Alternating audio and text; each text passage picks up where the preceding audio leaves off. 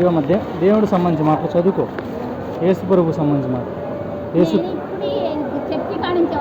Church కాడి నుంచేనా?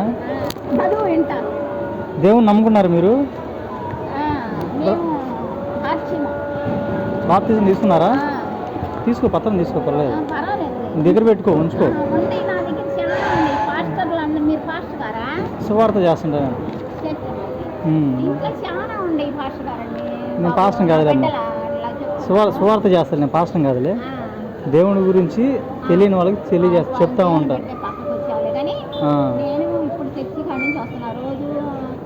మనకి దేశం మీద ఈ కరోనా వచ్చిన నుంచి మేము ప్రార్థనకు వచ్చాము.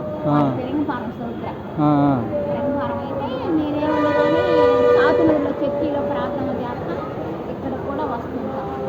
వచ్చి ఇప్పుడు వెళ్తున్నాము, అయిపోయింది వెళ్తున్నాము. అంటే చర్చికి వచ్చి ప్రార్థన చేస్తాను, నాకు అర్థం కాలేదు.